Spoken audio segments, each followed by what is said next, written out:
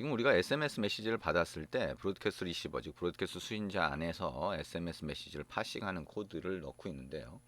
자, 지금 여기에 SMS 메시지 create from PDU라고 하는 게 있는데, 자, 이 코드가 자, 안드로이드 버전에 따라서 약간 바뀌었어요. 그래서 안드로이드 버전에 따라서 새로운 기능이 추가되거나 아니면 이전 게 deprecated 뭐 이렇게 되는 경우가 있는데요. deprecated라고 하면 사용하지 않는 걸 권장하는 거 또는 없어진 게 되는 거죠. 그런 경우에 버전에 따라서 다른 코드를 넣어야 될 때가 있습니다. 그럴 때는 이렇게 사용합니다. if라고 해서요. 자, build 버전 .sdk int라고 있는데요. 이게 버전 코드가 됩니다. 그래서 여러분이 지금 사용하고 있는 이 프로젝트, 만들고 있는 프로젝트가 앱으로 해서 실행이 됐을 때 실행되는 단말이 있겠죠. 그 단말기에 자, OS 버전을 얘기하는 거고요. 그게 만약에 자, 여기 build 버전에 가보면 자, 여기에 버전 코드가 있죠. 코드에 가보면 여기에 코드들이 쭉 있어요. 여기 이게 OS 버전별로 자, 코드가 다 있는 거거든요. 그래서 M이라고 하면 자, M이라고 하면 23이라고 돼 있죠. 그래서 이 23 이후에 변경된 그런 거다라고 하면 자, 이렇게 해서 자, 이후 버전에 대해서는 다른 코드를 쓸 수 있게 만들 수가 있습니다. 그래서 string 자, format이라고 하고요. 자, bundle.getString이라고 하고 자, format 자, 요 키값을 하나 빼내고요. 자, 그거에 맞춰서 아까 우리 요 코드가 있었잖아요. 근데 요 코드가 create from PDU라고 하는 함수로 호출하는데 이렇게 호출했죠. 근데 여기다가 콤마를 하고요. 이게 포맷을 하나 더 넣어줍니다.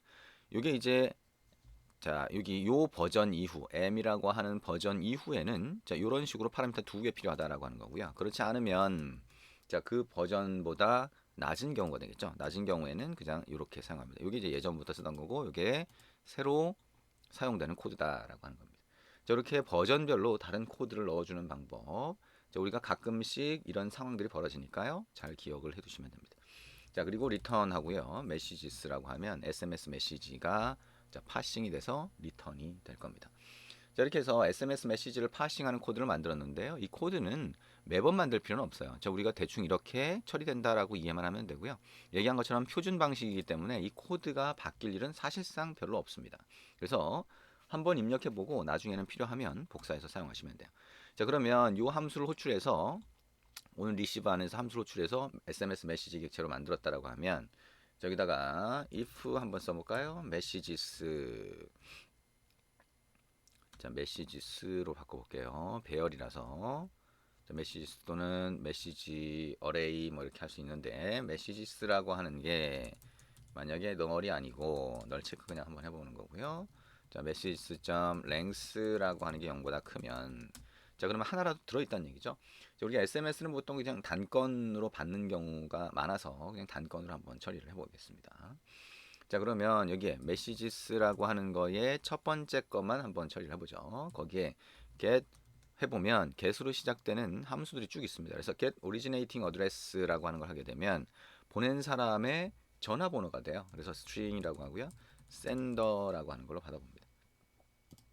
그리고 여기 그 다음에 string이라고 하고 contents라고 하고 messages의 0번째에 대해서 get message body 이렇게 한번 해보겠습니다.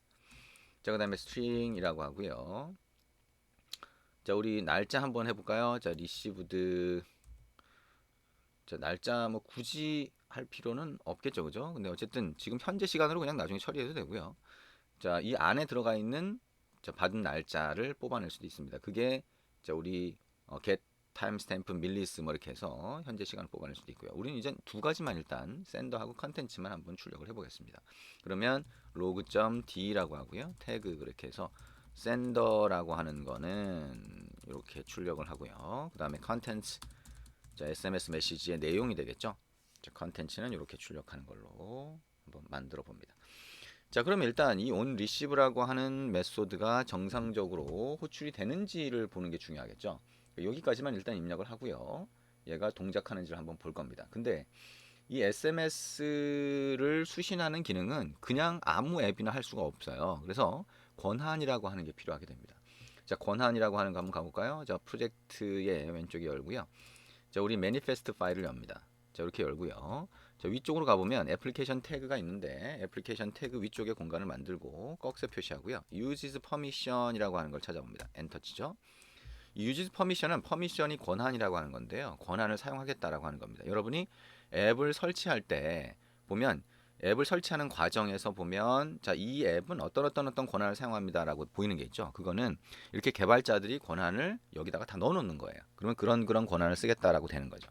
그걸 이제 처음에 개발자한테 허락을 받는 건데 우리가 어떤 권한들은 자, 나중에 이 권한 중에서 이게 이 사용자들이 보니까 권한을 그냥 아무 생각 없이 그냥 설치를 해버리잖아요. 그래서 그게 아니라 앱을 실행하는 과정에서 중요한 권한들은 자, 다시 한번 허락을 받도록 해야 되겠다라고 해서 그거를 위험 권한으로 구분을 해놨습니다. 그래서 위험 권한 같은 경우에는 여기에다가도 이렇게 권한 정보를 넣고 그 다음에 코드가 실행되는 부분, 다시 말하면 액티비티가 처음에 뜨는 부분 같은 데다가 다시 한번 권한을 받도록 요청을 해주는 코드가 들어가야 됩니다. 자, 일단 이 중에 자, 권한을 한번 넣어볼게요. 자, SMS를 받으려면 receive SMS라고 하는 권한이 있어요. 자, 요 권한을 엔터 쳐서 추가합니다. 슬래시 붙이면 되겠죠.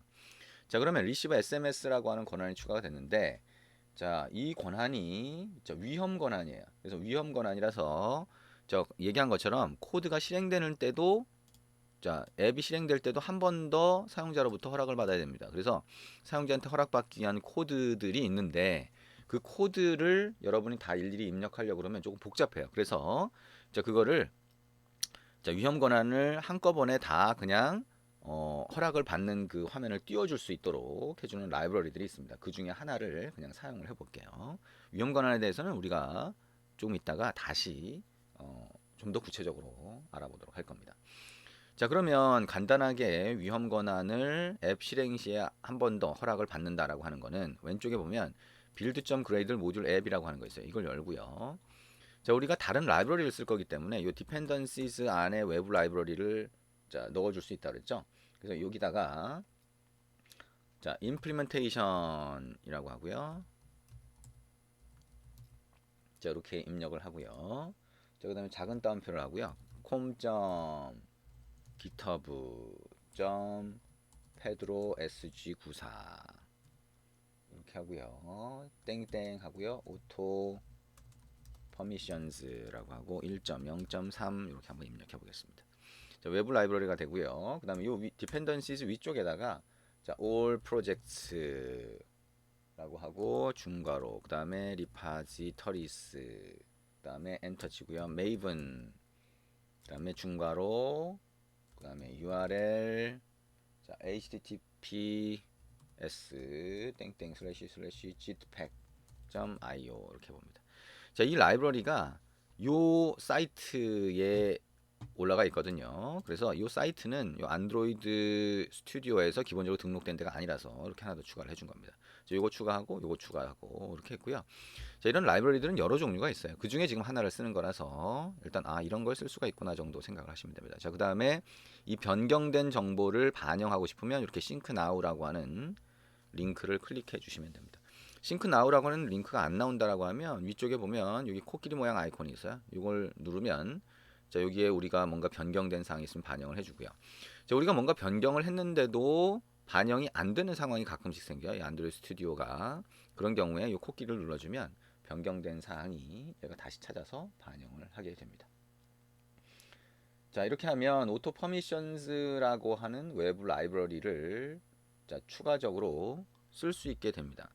이거 좀 시간이 걸리죠? 다운로드하게 하는 그 코드를 저기 메시지를 볼 수가 있죠. 그래서 외부 라이브러리를 다운로드해서 사용할 수 있도록 만들어 주게 됩니다. 자, 외부 라이브러리가 정상적으로 다운로드가 안 되면 그러면 뭐 오류 메시지 같은 게 보일 거고요. 자, 정상적으로 다운로드 됐다면 이제 사용할 수 있는 상태가 되겠죠. 자, 그때까지 조금 기다렸다가 우리 코드를 넣어 볼 텐데요. 코드를 넣는 부분은 메인 액티비티 부분이 됩니다.